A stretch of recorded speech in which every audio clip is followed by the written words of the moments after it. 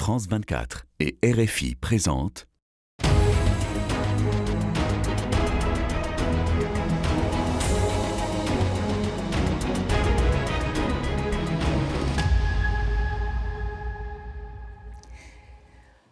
Bonjour à tous, merci de nous rejoindre pour Ici l'Europe, votre émission sur Radio France Internationale et France 24.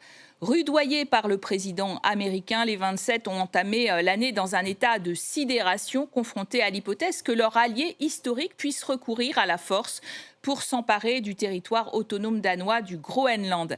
Si la menace est momentanément écartée, ils ont remis à plat la relation transatlantique lors d'un sommet extraordinaire le 22 janvier dernier, auquel participait notre invité, puisqu'il s'agit d'Andrej Plenković, le Premier ministre depuis 10 ans de la Croatie, un pays balkanique de 3 800 000 habitants qui a rejoint l'Union européenne en 2013. Bonjour, monsieur le Premier ministre, en duplex depuis Zagreb avec nous. Bonjour, merci pour l'invitation. Alors, le président américain a retiré sa menace d'invasion du Groenland dans un revirement dont il a le secret. Vous avez trouvé les leaders européens ébranlés dans leur confiance en la relation transatlantique ?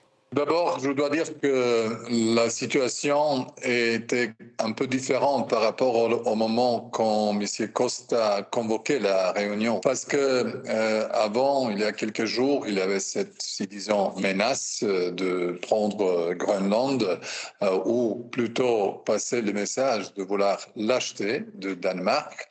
Et deuxièmement aussi d'imposer les droits de douane vis-à-vis des 8 pays qui se sont prononcés d'être là en solidarité avec la Groenland et la Danemark.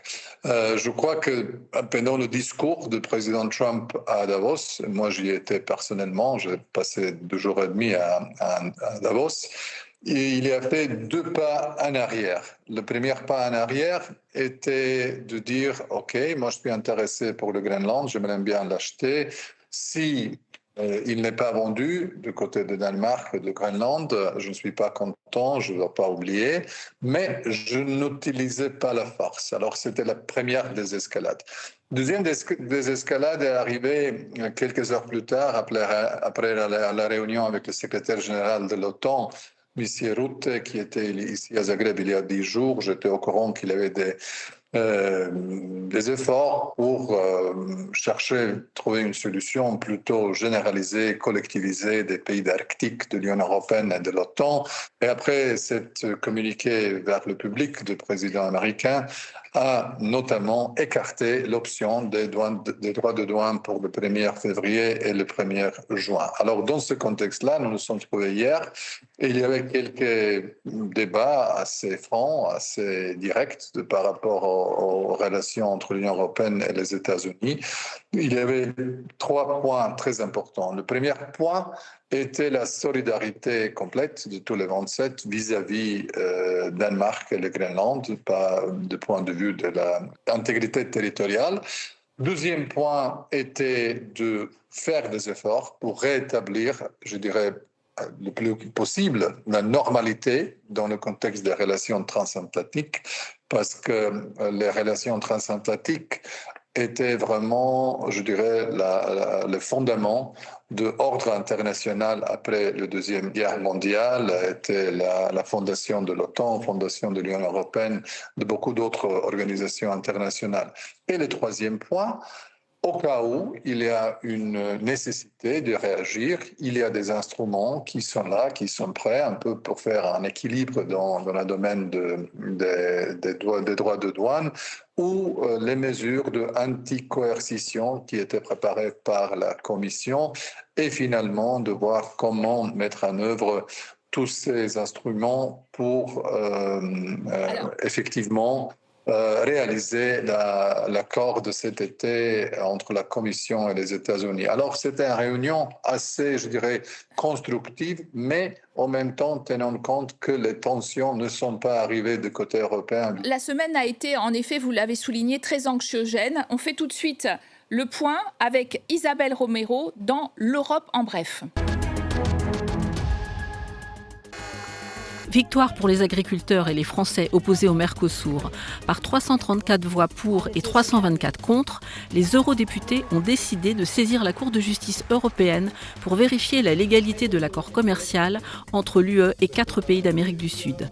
L'avis de la Cour pourrait prendre 18 mois, mais la Commission envisagerait une entrée en vigueur provisoire du volet commercial dès mars prochain. Un déni de démocratie, se récrit la France.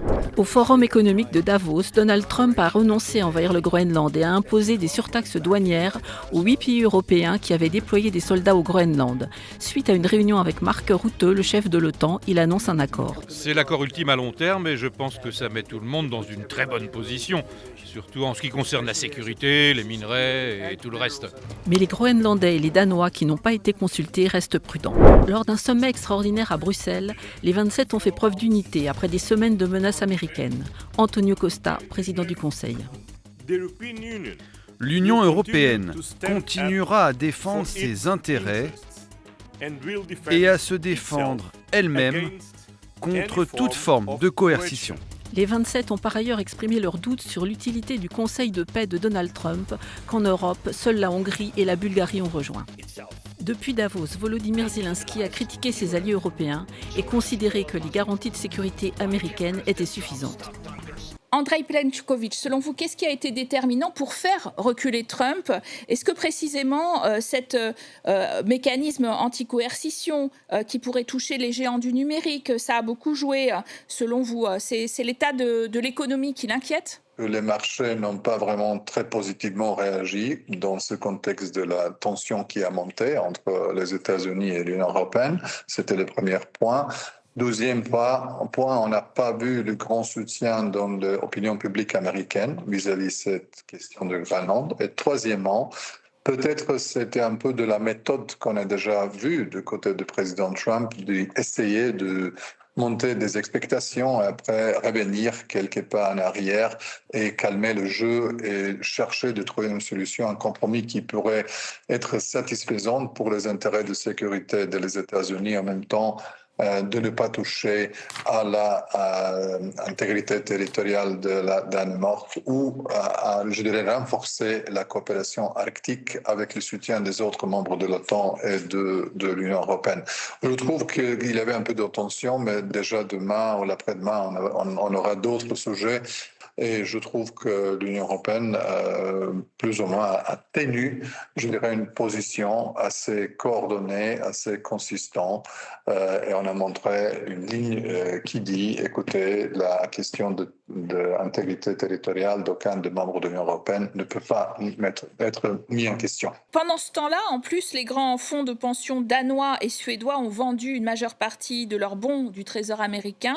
Ils disent en raison de la fragilité des finances publiques américaines. Et Donald Trump a dit qu'il allait lancer de grosses représailles si les pays européens commençaient à vendre de la dette américaine. Oui, il s'agit aussi de cette situation qui est extrêmement liée avec la situation économique. Quand vous regardez le discours du président Trump à Davos, je crois que la moitié des discours était dédiée à son bilan de sa première an, de son deuxième mandat, où il a essayé de présenter tout le succès de son administration par rapport à l'état de lieu qui a succédé, si je peux dire, le 20 janvier l'année dernière. Et dans ce contexte-là, je crois que monter des tensions politiques entre les alliés n'a pas beaucoup de sens. Je trouve qu'on a énormément d'autres sujets qui sont les vrais problèmes globaux. Et les amis, les alliés, les partenaires, comme les États-Unis et les pays de l'Union européenne, ne doivent pas être dans un débat qui est un peu hallucinant. On parle au mois de décembre avec le régime restrictif et des sanctions vis-à-vis de la Russie et quelques semaines après, on parle des instruments qu'on a à la disposition pour répondre au cas où il y a une continuité de tension vis-à-vis de la coercion. C'est un instrument qui n'était pas fait pour les États-Unis, mais il y a pour la Chine, Lituanie vis-à-vis de la Chine. Voilà, c'est ça. Alors, notre ligne comme la Croatie, et j'étais un avocat, feront de ça. Il faut calmer le jeu, essayer de rétablir le dialogue, nourrir nos rapports, parce qu'on doit rester des partenaires dans un monde où tout a changé. Dans un contexte de changement, il faut plutôt cultiver des relations transatlantiques que faire des gestes qui peuvent détériorer la situation. Alors, et peut-être aussi, j'ai envie de dire, chercher de nouveaux partenaires, parce que les Allemands et le président du Conseil européen ont demandé que le Mercosur, l'accord avec les pays du Mercosur, soit appliqué à titre provisoire. Le gouvernement français, qui est très défavorable à cet accord, trouve que c'est une sorte de déni démocratique après la saisine de la Cour de justice de l'Union européenne par le Parlement européen. On parle d'ailleurs de le mettre en œuvre dès le mois de mars, mais c'est politiquement sensible pour la présidente de la Commission. Oui, c'est un sujet d'abord qui est à la table il y a 25 ans. Alors après les longues négociations, finalement, on a eu une opportunité de conclure cet accord. Ce qui était fait au Parlement européen, je crois, c'était un message de renvoyer le texte devant la Cour pour voir est-ce que tout est dans la conformité quand il s'agit de la substance de cet accord. Moi, je trouve qu'il y a des points de vue différents des différents pays. Certains aimeraient bien avoir cet accord déjà en force pour élargir l'exportation de l'Union européenne vis-à-vis des pays du Mercosur. Des autres pays ont un peu peur vis-à-vis des produits agricoles qui peuvent être présents dans une beaucoup plus large, substantive au marché européen. Je trouve que dans le contexte de cet accord, il y a beaucoup de mécanismes de protection, de différents quotas. Donc ça vous satisfait. On a compris que cet accord vous satisfait et que vous êtes pour sa mise en œuvre. Pour nous, ce n'est pas une situation qui est comparable à cette atmosphère que je comprends, je l'ai vu en France. Pour nous, cet échange ne représente pas une difficulté pour la Croatie. Et s'il y a une décision d'une application provisoire, pour nous, ça ne changerait pas beaucoup. Le président américain Donald Trump a par ailleurs signé jeudi à Davos la charte fondatrice de son Conseil de la paix en présence d'une vingtaine de dirigeants de pays ayant accepté de rallier cette instance. D'abord, on a, comme la Croatie, on a reçu l'invitation de président Trump. Et moi, je suis très reconnaissant pour cette invitation, mais comme l'invitation et le projet de texte qui était signé à Davos est arrivé pratiquement un jour et demi avant la date de la signature. Pour nous, au raison des contraintes constitutionnelles, juridiques, c'est impossible d'arriver tout de suite à signer un document de ce type. Alors nous, on a dit à nos partenaires américains qu'on va étudier le texte, voir, analyser quel est le rapport de ce texte, comité pour la paix vis-à-vis les structures existantes des Nations Unies, quel est le rapport d'ordre juridique, ce qu'on a au niveau de l'Union européenne, et est-ce que nous sommes toujours là dans le cadre de ce qui était prévu avec les décisions des Nations Unies comme un suivi du plan de paix du président Trump pour Gaza.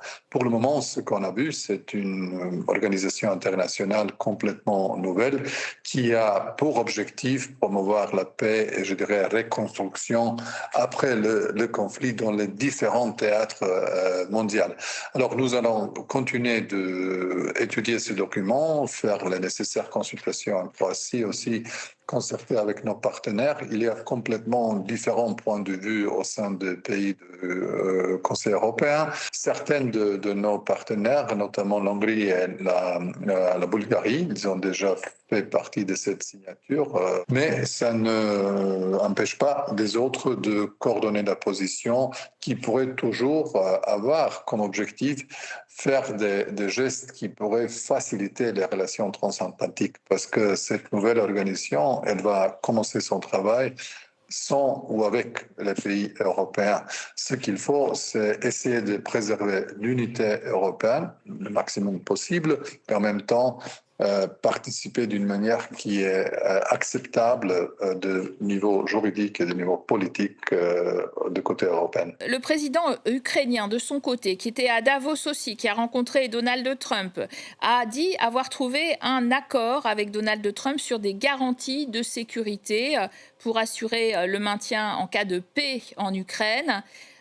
Vous dites bravo, vous dites il devrait se méfier quand même des garanties américaines puisque le gouvernement, l'administration Trump, à tout sujet, sort du chantage, de la pression, de l'extorsion. C'est quand même compliqué, ces garanties américaines. Qu'est-ce que vous dites ? Je crois que le président ukrainien Zelensky il a signalé très clairement que l'Ukraine est prête pour les négociations d'un accord de paix. Nous avons une situation où la Russie ne cesse pas d'attaquer, l'Ukraine qui se défend et qui essaie de faire des efforts pour la paix, l'initiative politique qui est arrivée dans le mandat du président Trump et une participation constructive de côté des alliés européens vis-à-vis les garanties de sécurité, mais aussi de créer un espace pour la reconstruction de l'Ukraine et aussi voir comment l'Ukraine peut avoir son perspective européenne peut-être plus rapidement qu'il était prévu normalement. Je crois que les garanties de sécurité qui viennent des États-Unis sont très importantes pour le président Zelensky parce que l'Ukraine a cette mauvaise expérience d'accord de Budapest il y a un peu plus de 30 ans quand tous les grands pays qui sont membres permanents du Conseil de sécurité ont dit « Ok, vous allez abandonner votre arsenal nucléaire et nous serons là pour protéger votre sécurité ». Malheureusement, ce qui s'est passé est complètement l'inverse. Alors l'Ukraine est toujours très prudente. Alors je dis au président Zelensky d'essayer de trouver un accord qui, de point de vue de jure, ne signifiera aucune concession de territoire ukrainien à la côté russe. Parce que ça serait pas seulement très difficile pour cette génération de dirigeants politiques ukrainiens, mais ça serait un précédent qui posera des difficultés dans l'avenir pour beaucoup d'autres situations qui peuvent se passer. Alors c'est là où la sécurité en Ukraine, où la défense ukrainienne est très importante pour le continent européen, pour tous les pays de l'Union européenne. Et c'est pour ça qu'on a vraiment montré une solidarité incroyable vis-à-vis de l'Ukraine, de la Croatie, y compris dans les différentes manières. Et il ne faut pas jamais laisser que l'agression sera récompensée du point de vue de prendre le territoire de quelqu'un d'autre. Merci, Monsieur le Premier ministre. Merci, Andrej Plenković, d'avoir été notre invité aujourd'hui. Merci à vous de nous avoir suivis sur France 24 et Radio France Internationale. Restez en notre compagnie. L'actualité continue.